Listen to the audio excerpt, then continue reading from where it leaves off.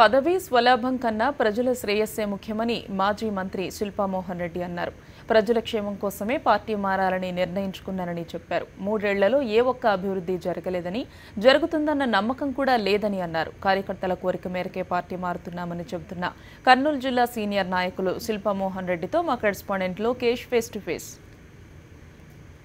నంద్యాల రాజకీయం అనూహ్య మలుపు తిరిగింది. కర్నూలు జిల్లా సీనియర్ నాయకుడు శిల్పా మోహన్ రెడ్డి టీడీపీ పార్టీని మారాలంటూ నిర్ణయం తీసుకున్నారు. వైఎస్ఆర్సీపీ పార్టీలో చేరుతున్నానని ప్రకటన చేశారు. ప్రస్తుతం మనము శిల్పా మోహన్ రెడ్డి నివాసంలో ఉన్నారు, వారితో మాట్లాడదాం. మీరు చెప్పండి, ఈరోజు మీరు పార్టీ మారడానికి నిర్ణయం తీసుకునే ముందర కార్యకర్తలతో మాట్లాడారా? వాళ్ళ అభిప్రాయాలు తెలుసుకున్నారా? వారు ఏమన్నారు? మీరు పార్టీ మారడానికి గల కారణం ఏమంటారు? మొన్న కార్యకర్తలతో అందరితో మాట్లాడడం జరిగింది. వాళ్ళందరి అభిప్రాయాల ప్రకారమే ఈరోజు వైఎస్ఆర్సీపీకి పోవాలా, వైఎస్ఆర్సీపీ పార్టీలో చేరాలనే అభిప్రాయానికి వచ్చాం.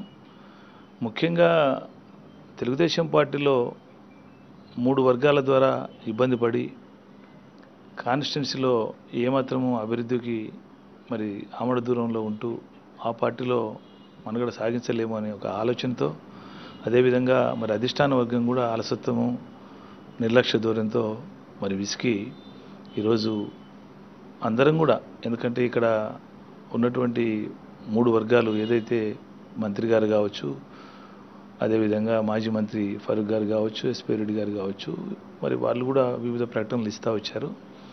ఏదేమైనా మరి పార్టీలో ఉంటూ ఇంతమందితో కొట్లాడుతూ, అదేవిధంగా ఎదురు మనిషితో మనం కొట్లాడేదానికంటే మరి ఈరోజు వైఎస్ఆర్సీపీ పార్టీ జగన్మోహన్ రెడ్డి గారు వారి యొక్క పథకాలు కానీ, వాళ్ళకు ఉన్నటువంటి సిద్ధాంత రీత్యా ఉన్నటువంటి కార్యక్రమాలు కానీ వాళ్ళతో ఆకర్షితులమవుతున్నాం.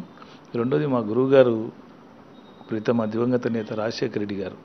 ఎందుకంటే ఈ రోజుకు నేను తెలుగుదేశం పార్టీలో ఉన్నా కానీ కూడా ఆయన ఫోటో ఫస్ట్ మా ఇంట్లో ఆయనదే ఉంటుంది. ఆయన పేరు మీదనే నేను కళ్యాణ మండపాలు కట్టడం కానీ, లేకపోతే చాలా కార్యక్రమాలు చేయటం కానీ, ఈవెన్ పార్టీలో తెలుగుదేశం పార్టీలో ఉంటూ కూడా చేస్తూ వచ్చాను. ఆ కుటుంబం అంటే నాకు మొట్టమొదటి నుంచి అమితమైనటువంటి గౌరవం ఉంది. మరి ఆ గౌరవాన్ని ఒక దిక్కు మనసులో పెట్టుకొని, రెండోది జగన్మోహన్ రెడ్డి గారి మీద అభిమానం, మూడోది ఈ పార్టీలో ఉన్నటువంటి నిర్లక్ష్య ధోరణి, ముఖ్యంగా సమర్థవంతమైనటువంటి నిజాయితీ పరులైనటువంటి నాయకులకు అక్కడ గుర్తింపు లేకపోవడం అనేది చాలా బాధ అనిపించి నేను ఈ పార్టీలో వైఎస్ఆర్సీపీకి రావడం జరుగుతూ ఉంది.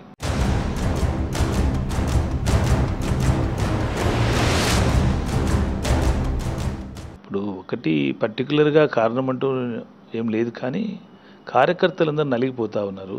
చాలా ఇబ్బంది పడుతున్నాం తెలుగుదేశం పార్టీలో ఉండి.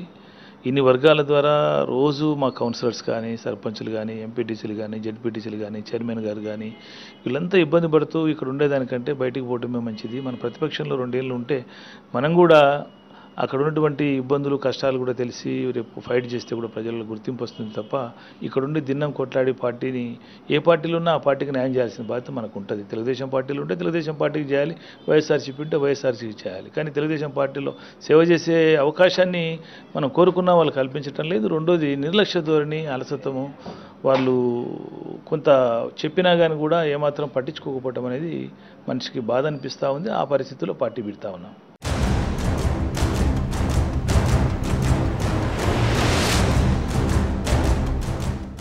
ఆ రోజు భూమన్ నాగిరెడ్డి గారు పార్టీలో చేరేటప్పుడు వెరీ క్లియర్గా చెప్పారు, స్పష్టమైన హామీ ఇచ్చారు. ఎలాంటి పరిస్థితుల్లో మీకు ఇబ్బంది జరగదు, ఇన్ఛార్జిగా ఉంటారు, మీరే మొత్తం కాన్స్టిట్యున్సీ చూస్తారని కూడా చెప్పడం జరిగింది. కానీ ఆ తర్వాత వచ్చిన పర్యవసానాలు చూస్తే భూమన్ నాగిరెడ్డి గారు రావటము, ప్రతిరోజు మేము ఇద్దరం గొడవపడ్డము, ప్రతిసారి విభేదించుకోవటము, ప్రతిసారి పేపర్లకు ఎక్కడము, లేకుంటే టీవీలకు ఎక్కడము, ఈ విధంగా జరుగుతున్న పరిస్థితుల్లో కూడా చాలాసార్లు అధిష్టాన వర్గం కూడా మా ఇద్దరిని కూడా కూర్చోబెట్టడం కూడా జరిగింది.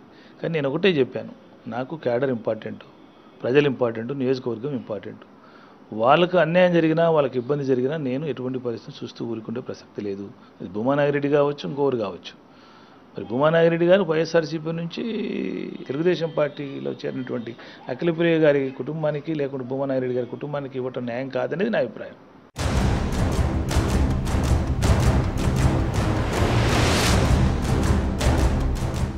జగన్మోహన్ రెడ్డి గారిని విమర్శిస్తూ తెలుగుదేశం పార్టీలో చేరారు 5 మంది ఎమ్మెల్యేలు. కానీ వాళ్ళ పరిస్థితి ఈరోజు చాలా దారుణంగా ఉంది తెలుగుదేశం పార్టీలో. రేపు నాకు తెలిసి ఎవరు కూడా గెలుస్తారని అయితే నేను అనుకోవటంలా. ఎందుకంటే ప్రజలలో చాలా వ్యతిరేకత ఉంది. వాళ్ళు చాలా తప్పు చేశారు, వైఎస్ఆర్సీపీ నుండి గెలిచి అన్యాయం చేసి తెలుగుదేశానికి వచ్చారనే భావన ప్రజలలో చాలా ఎక్కువగా ఉంది. అది రాజ్యాంగం ఉల్లంఘనే కాదు, ప్రజలలో కూడా వ్యతిరేకత రావడానికి అవకాశం 100% వాళ్ళు నాకు తెలిసి ప్రజా వ్యతిరేకతను ఎదుర్కొంటున్నారు.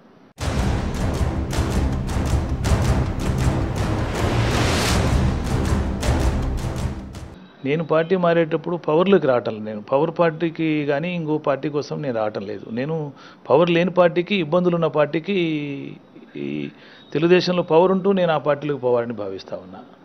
కాబట్టి నాది ఎంతసేపు నా పవర్ పాలిటిక్స్ కాదు. నాకు గౌరవం లేని చోట, నాకు ఎప్పుడైతే ఇబ్బంది కలిగే చోట ఉండకుండా అవతలికి వెళ్ళాలి, రెండోది ఆ ఫ్యామిలీకి నేను సాయం చేయాలని ఒక ఆశతోనే వెళ్తున్నా తప్ప వేరే ఉద్దేశం లేదు.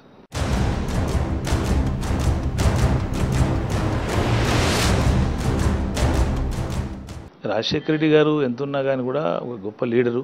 ఆ రోజు మరి ఎందుకంటే మనం ఉన్నది చెప్పాలి. ఏదో ఈరోజు వైఎస్ఆర్సీపీలోకి వచ్చినారు కాబట్టి నేను ఏదో రాజశేఖర రెడ్డి గారిని పొగుడుతున్నా లేకుంటే లేదనేది కాదు తప్పది.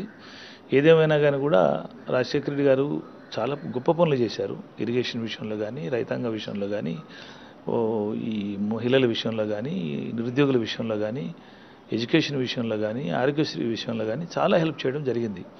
కానీ ఇప్పుడు మరి ఎంతసేపు ఉన్నా కానీ కూడా చాలా ఇబ్బందులు ఉంది రాష్ట్రం అని అంటారు. తిరిగి అనవసరమైనటువంటి ఖర్చు పుష్కరాలు, ఉదాహరణకు పుష్కరాలు ఖర్చు పెట్టి 1000 కోట్లు ఖర్చు పెట్టారు. దేనికోసం మనం అన్ని 1000 కోట్లు ఖర్చు పెట్టాల్సిన అవసరం ఏముందని అడుగుతాను నేను. ఎందుకంటే పైదాంగం రైతులకు ఈరోజు రైతు రుణమాఫీ ప్రకటించా ఇవ్వలేకపోతున్నాం, మహిళలకు రుణమాఫీ ప్రకటించా ఇవ్వలేకపోతున్నాం, నిరుద్యోగులకు ఆ రోజు ఏదో నిరుద్యోగ వృత్తి ఇస్తామని ఈరోజు ఇవ్వలేకపోతున్నాం. ఆ పరిస్థితుల్లో అనవసరమైన దుబారా ఖర్చులు 1000 కోట్లు, అది కూడా ఏదో 150 కాదు, 1000 కోట్ల రూపాయలు ఖర్చు పెడుతున్నారు అనవసరమైన వాటికి. మరి వాటిని కూడా దృష్టిలో పెట్టుకొని మరి నేను ఆ రోజు విభేదించేది కూడా ఈ విషయంలో కూడా ఏమంటే అధిష్టాన వర్గం మేల్కొనాలి. అక్కడ జరుగుతున్న తప్పులు చాలా ఉన్నాయి, పేపర్ ప్రకటనలు ఎక్కువగా ఉన్నాయి కానీ పనులు తక్కువగా ఉన్నాయి. ఎక్కడ కూడా మీరు ఏ అభివృద్ధి జరుగుతున్నా కానీ 1000 రూపాయలు ఇస్తున్నారు, కాదనటం లేదు.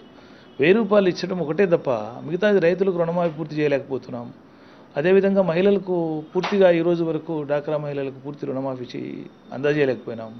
ఇవన్నీ కూడా ఇంతకుముందు మాట చెప్పిన ఏ రాజకీయ నాయకుడైనా కానీ కూడా 100% నిలబెట్టుకోగలిగితేనే రేపు భవిష్యత్తు ఉంటుందనేది నా ఉద్దేశం. రాజశేఖర రెడ్డి గారు నిలబెట్టుకోగలిగారు కాబట్టి 2 సార్లు ముఖ్యమంత్రి అయ్యారు.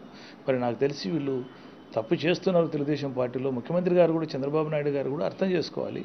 ఎందుకంటే చెప్పిన మాట నిలబెట్టుకోవడానికి అన్ని విధాలుగా సహాయపడుతూ ముందుకు పోగలిగితే పవర్లోకి రావచ్చాము. కానీ మరి ఈ పరిస్థితుల్లో నాకైతే చాలా ఇబ్బంది ఆ పార్టీకి కూడా అని చెప్పి నా అభిప్రాయం.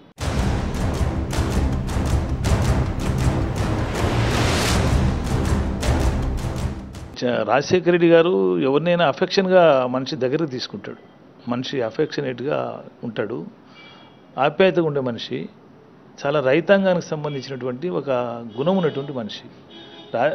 చంద్రబాబు నాయుడు గారు ఏమంటే ఆయన ఎక్కువగా మల్టీనేషనల్ కంపెనీస్ లీడర్లకో లేకపోతే కన్నా ప్రొఫెషనల్గా ఉండే వాళ్ళకో లేకుంటే బ్యూరోక్రసీ వాళ్ళకు ఎక్కువగా మర్యాద ఇవ్వడం జరుగుతుంది. పొలిటికల్ లీడర్స్కు తక్కువ మర్యాద ఇవ్వడం జరుగుతుంది చంద్రబాబు నాయుడు గారు. అదే రాజశేఖర రెడ్డి గారు పొలిటికల్ లీడర్స్కి ఎక్కువ మర్యాద ఇవ్వడం జరుగుతుంది, ప్రజాప్రతినిధులకు ఎక్కువ మర్యాద ఇచ్చేవాడు. వీళ్ళ దగ్గర ఆ మర్యాద తక్కువగా ఉంది. పార్టీ ఫిరాయింపులకు పాల్పడి ఉన్నారు. రాజకీయ ఉల్లంఘనకే కాకుండా వారి యొక్క పరిస్థితి కూడా చాలా దయనీయంగా ఉందని, అయితే తను పార్టీ మారడం అనేది కార్యకర్తలు, తన అభిమానుల యొక్క వాళ్ళ యొక్క నిర్ణయం బట్టే, ప్రజల మేలు కోసమే కానీ ఏదైనా పదవులు ఆశించి కాదని చెప్పేసి శిల్పా మోహన్ రెడ్డి గారు చెప్తున్న